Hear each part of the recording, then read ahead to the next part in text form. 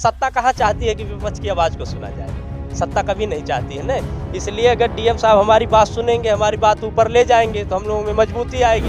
अन्यथा ये सरकार दबाने का काम कर रही है। बिल्कुल जान लीजिए, आउटसोर्सिंग से भर्ती कर करके आरक्षण पे जिस तरीके से ये लोग कुठाराघात कर रहे हैं, चाह रहे हैं कि जो पिछड़ा समाज है, जो दलित समाज है, अल्पसंख्यक समाज है, वो 50 साल पीछे चला जाए। इनकी यही सोच है। इसी सोच के लिए आजाद समाज पार्टी का उदय हुआ है। दिल्ली में सरकार बनी है, सीएम साहब बनी है, वहाँ भगत सिंह और डॉक्टर बाबा साहब भीमराव अम्बेडकर के फोटो हटा दिए गए। अरे इतना तुम लोगों को नफरत है कि हिंदू बनते हैं कि हिंदू खतरे में। अरे वहाँ हिंदू ही मरा है। लाइए नाम दीजिए कि कौन कौन लोग मरे हैं, उनका डाटा दीजिए, लेकिन ये नहीं देंगे। सत्ता कहाँ चाहती है कि विपक्ष की आवाज़ को सुना जाए? सत्ता कभी नहीं चाहती है ना। इसलिए अगर डीएम साहब हमारी बात सुनेंगे, हमारी बात ऊपर ले जाएंगे तो हम लोगों में मजबूती आएगी। हमेशा सत्ता दबाना चाहिए। सत्ता में कौन लोग बैठे हैं? वो लोग चाह ही रहे हैं कि दलित को, पिछड़े को, अल्पसंख्यक को दबाया जाए। अगर ऐसा नहीं होता तो आसिम अरुण जी पहुंच जाते हैं, वहाँ मिलते हैं मथुरा में, कोई दिक्कत नहीं होती है। लेकिन एक समाज की मजबूत आवाज़ सिटिंग सांसद जब जाता है, उसके ऊपर पथराव हुआ जाता है। कहीं न कहीं ये प्रयास है कि एक मजबूत आवाज़ को अगर दबा दिया जाएगा तो इन लोगों का हौसला टूटेगा, और हौसला टूटेगा तो इनकी आवाज़ को कोई और नहीं उठाने का काम करेगा, और इस तरह से जुल्म अत्याचार को बढ़ाया जाएगा। सरकार भी चाह रही है और जो मनुवादी लोग हैं उनकी विचारधारा दोनों मैच कर रही है। इसलिए भाई पे ये हमला किया गया है कि आवाज़ को किसी न किसी तरीके से दबाया जाए, आवाज़ को कमज़ोर किया जाए। लेकिन मैं आपके माध्यम से कहना चाहूँगा कि भाई को झुकाना इतना आसान नहीं, क्योंकि भाई अकेले जरूर हैं, लेकिन उनके लिए पूरे देश के युवा, पूरे देश की एक जो सिंपैथी है उनके साथ खड़ी है। मेरा यहाँ तक विश्वास है। और भाई के साथ अभी ये जो हुआ है, इसके लिए अगर ये सरकार नहीं सुनी, अगर संज्ञान नहीं ली, अगर ये गंभीरता से नहीं आई, तो जैसा बड़े भाई अभी अवगत कराए हैं कि 10 तारीख को हम लोग लखनऊ में जाएंगे। लखनऊ की अगर जरूरत पड़ी तो हम लोग दिल्ली में भी जाएंगे, संसद भवन का भी घेराव करेंगे। क्योंकि छोटी बात नहीं है। अगर इस आवाज को दबा दिया जाएगा, हम लोगों की आखिरी उम्मीद है, अगर भाई को दबाया जाएगा तो हम लोगों की आवाज कहीं न कहीं कमजोर होगी। ये बिल्कुल भी युवा देश का बर्दाश्त नहीं करेगा और आवाज को मजबूत करने का काम करेगा। ये ठान चुका है भीम आर्मी। बिल्कुल बिल्कुल, भीम आर्मी, आजाद समाज पार्टी, देश का युवा, देश का दलित, देश का अल्पसंख्यक ये बिल्कुल ठान चुका है कि जो हमारी मजबूत आवाज है उसको हम कमजोर नहीं होने देंगे। और पसीना बहेगा, वहाँ हम लोग खून बहेगा। ये याद कर ले मनुवादी लोग, विपक्ष के लोग। साजिश के तहत बड़े भाई एडवोकेट चंद्रशेखर आजाद जी को मारने की प्रयास किया जा रहा है, कोशिश किया जा रहा है। और भाई को कुछ हो गया, जरा सी खरोच आ गई, पूरे देश में हाहाकार मच जाएगा। ये याद रख ले भाजपा सरकार, ये गवर्नमेंट की साजिश है और मिली भगत, प्रशासन के साथ मिली भगत के साथ ये काम हुआ है। क्या जिस तरीके से आप कह रहे हैं कि गवर्नमेंट की इसमें साजिश थी, जी बिल्कुल, तो आप क्या मान पाते हैं कि इसमें गवर्नमेंट का हाथ है इस तरीके नहीं, से? साजिश कहना गलत हो जाएगा, क्योंकि बिना प्रूफ के किसी बात को ये कह देना कि उनकी साजिश है। लेकिन हाँ, ये जरूर है कि जो सरकार है और जो इस समय लोग हैं उनकी विचारधारा मैच कर रही है। उस बीच में उनको कहीं ना कहीं सहारा मिल जा रहा है, उनके ऊपर कार्रवाई नहीं हो रही है, इसलिए उनका हौसला बुलंद है। अगर हौसला बुलंद नहीं होता तो कासगंज में घटना है और मथुरा में घटना है, अभी बनारस में घटना घट गई। इनके जो हौसले हैं उसमें सरकार उनके साथ खड़ी है, ये मैं जरूर कह सकता हूं। लेकिन सरकार करवा रही है ये कहना गलत है, लेकिन सरकार की जो विचारधारा है, सरकार का जो सह उनके साथ है। अगर नहीं होता तो ऐसे अत्याचार तुरंत रोक दिए जाते, उन पे अब तक गिरफ्तारी हो गई होती, उनको जेल में डाल दिया गया होता, उनकी पेशी हो गई होती, लेकिन ऐसा कुछ नहीं हुआ है। तो माना जाए कि सरकार जो है कहीं ना कहीं ऐसी है जो उनके विचारधारा से मैच कर रही है।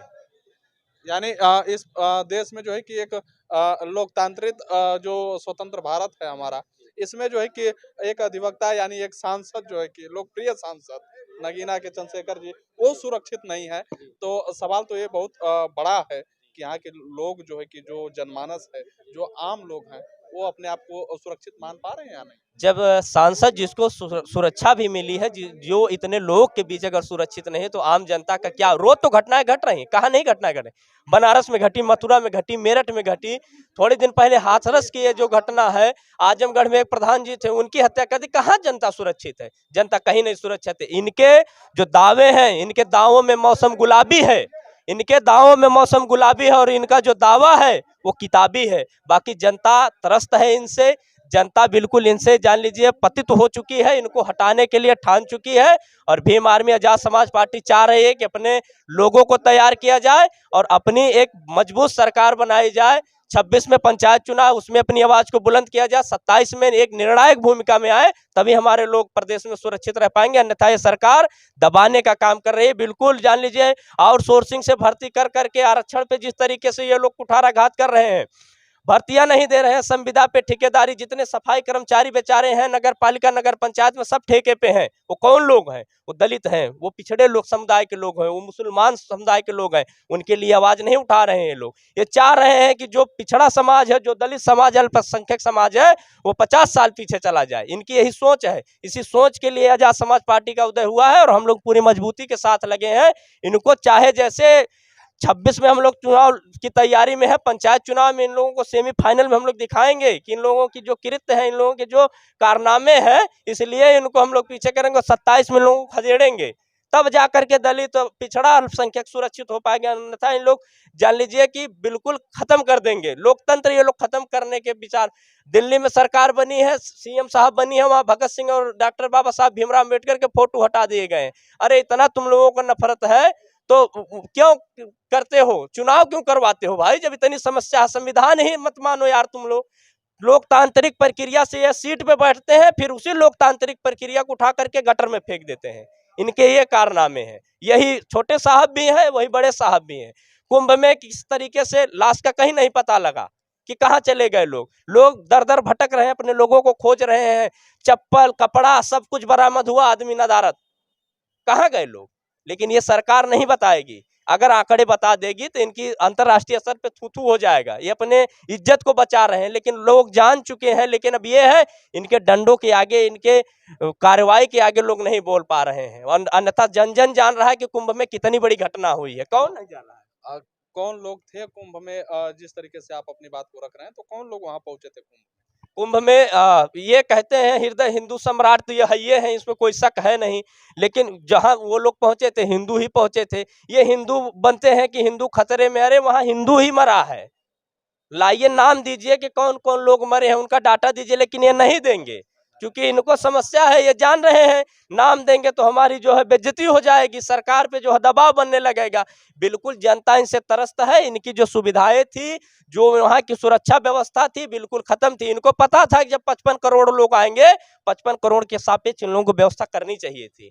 सुरक्षा व्यवस्था करनी चाहिए, खान पान की व्यवस्था करनी चाहिए थी, वहाँ रहन सहन की व्यवस्था करनी चाहिए थी। ये घटना नहीं होती, लेकिन इनको पता था। लेकिन ये लोग उस हिसाब से तैयारी नहीं किए, जिसका खामियाजा लोगों को जान दे करके गंवाना पड़ा। लोग अभी भी गायब हैं, लापता हैं, नाम तक नहीं पता पा रही सरकार कौन लोग थे वो।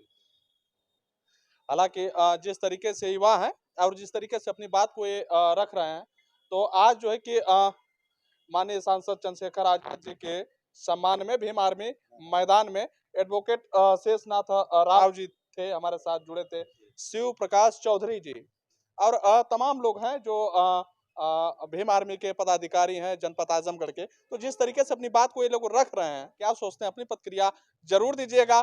फिर मिलेंगे नेक्स्ट वीडियो में, तब तक के लिए बने रहिए। NP 10 तक के साथ नवीन प्रताप। जय हिंद।